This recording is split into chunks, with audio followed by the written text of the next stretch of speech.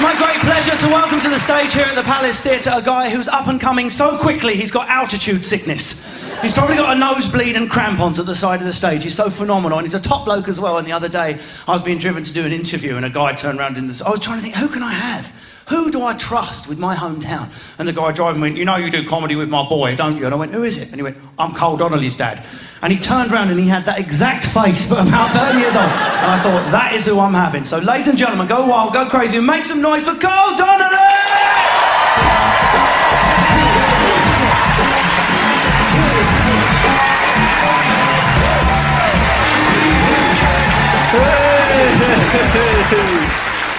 Hey, how you doing, all right? Good, my name's Carl. As Russell's explained, this is actually how I look, and it's not, you know, it's down to a family problem, I think. I didn't actually always realise, so I've changed my image to this for a reason, right? When I didn't have the hair and the glasses, I've got one of these faces where people think I work in places that I don't. Has anyone got one of these? It sounds weird. I literally couldn't go to supermarkets without people ask where the peas were and stuff. So it's a pleasure to be here in Southend. That is the biggest photo of my head I've ever seen. That is, do you know what, actually? That's a true... I've got a true story about that photo shoot. I hate being photographed. That's why I'm a bit nervous about being on TV, right? I think people think comedians just want to be famous. I don't, because I hate people talking to me, right? And that is just too big. People will recognise me off this, right? But that photo shoot, because I hate being photographed, I got a mate to do the photo shoot for me. He's a photographer. And we just went around London getting photos taken in all weird places. And we got to Southwark Crown Court. We're just walking past a court, and there's loads of press photographers waiting for some criminal. I get chatting to them, right? And basically, we just convinced them to like play around with us and come up with a little funny photo idea. They all lined up like paps outside the court. My mate got behind them and took a photo of them, papping me coming out of the court like that, right? Quality photo, right? But then afterwards, it got really weird because they started writing all my details down. I'm like, what are you doing? They went, oh, we're press photographers. We have to keep every photo we take on file in case you ever do anything wrong. I was like, where did that part of the conversation get brought up before? That means I could never do anything wrong in my life. They've already got photos of me coming out of court. Also, I didn't ask what the person they were waiting for had done.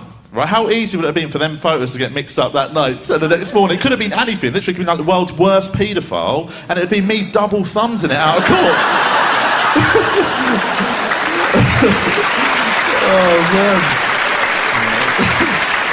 Even though I've only ever been on TV a couple of times, I've experienced the trappings of fame that I didn't know existed, right? Because of one minor TV appearance, I accidentally masturbated over my own image. Which, that came out of nowhere, right? But this is absolutely true. I did one of them weird talking head shows where you sit around talking rubbish, and I was in a hotel room in Leeds after a gig one night, not knowing that was going to be on TV, right? I'm on my own in a hotel room, I'm a bit lonely, I think I better have some me time, right? You know what I'm saying? I put the TV on mute, I got out my laptop for a bit of IT support, and I start doing my thing. Right now, while I'm doing it, I don't realise that that TV show has come on. I basically get to the end, to the best bit, right? I look up, my face is on the telly. How bad is that? Worst thing, didn't put me off, it helped.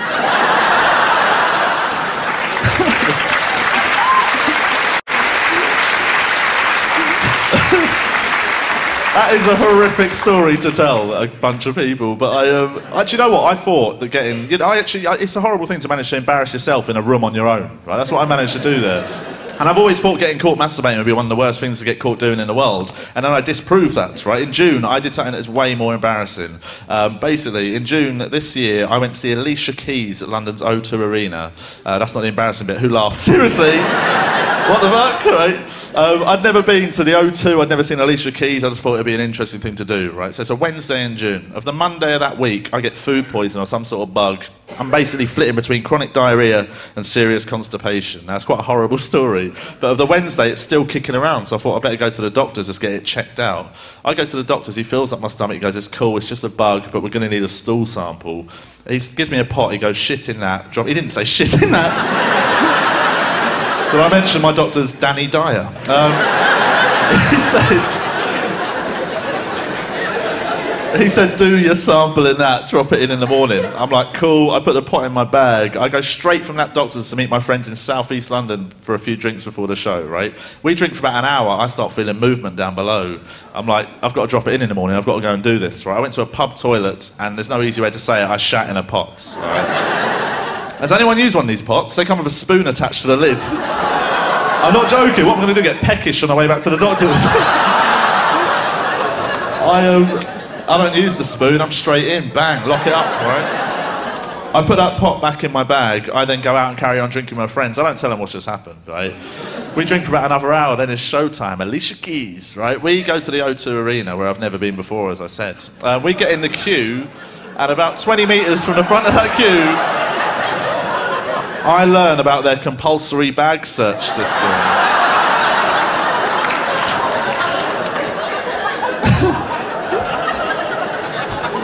Has anyone here ever tried to explain to a security guard why you're trying to smuggle a pot of shit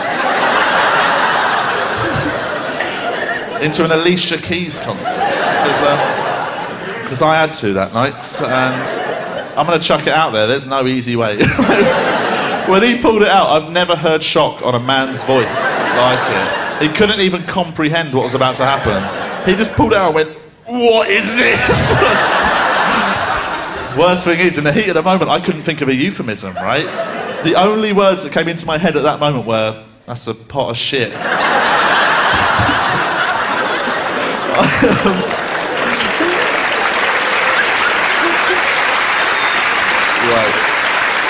Now, the problem is, when I said pot of shit, he said pot of shit back to me about 1 million times louder, right? So I went, that's a pot of shit, and he went, a pot of shit!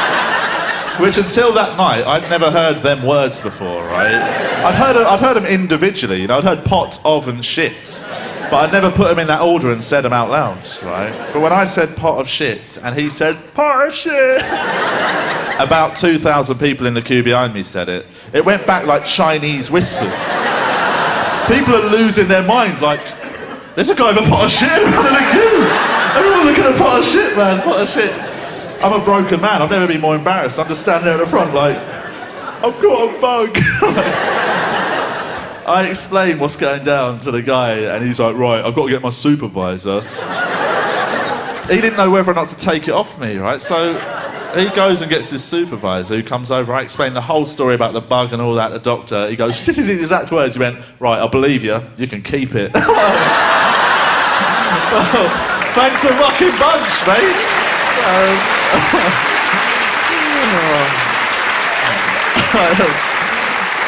So horrific, but because it had been so embarrassing, I thought I'd better get my money's worth here. I said to him just before I left, I went, what was the problem, man? What did you genuinely think was about to happen? He thought I was going to throw it at Alicia Keys. He thought I was a lunatic who was going to throw shit at a singer, which I think raises a huge question, and that is, if you're the sort of nutter who's going to throw shit at somebody, I personally don't think you're going to bring it in a pot. Surely you're going to be mental, you're just going to chimp it on the night. Why are you going to bring spare ammo in case you get stage fright or something?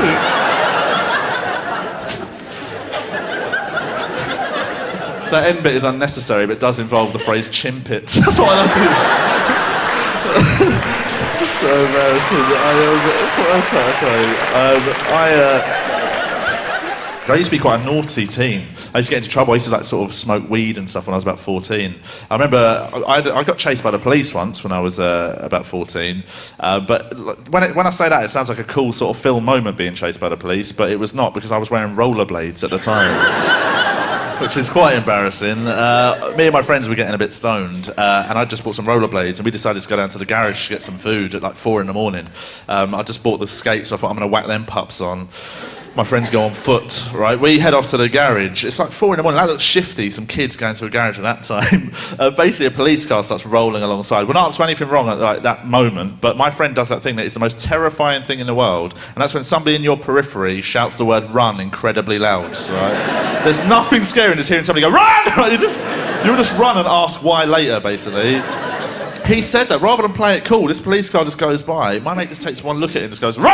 Right? Well, you bail. Now, my friends go down the alleys, but I'm on skates, so I have to stick to the roads. Right? So we're off. And when I say it's sort of being chased by the police, you probably do think of like films and cool stuff, right? Not on rollerblades. It's an incredibly camp experience when you're wearing rollerblades. Basically, for about 10 minutes, it was just like that. Just, yeah, come and get me, pigs. Come on. What are you going to do, right? But then, he chased me for ages, and then I turned down a gravel street, which is like kryptonite, right? And he basically rugby tackled me to the floor, proper like... We go down, right? And again, it's not like the films where we got up and we had a fight and I kicked him to death with my skates or something. Basically, we got up and had a really awkward conversation where we're both out of breath. It's like... And he goes, "What are you running for?" My exact words were, "'Cause you were chasing me!" Oh, man. No, guys, it's been an absolute pleasure. It's been an honour to be here, so enjoy the rest of your night. I've been Carl Donnelly. Take it easy. Bye.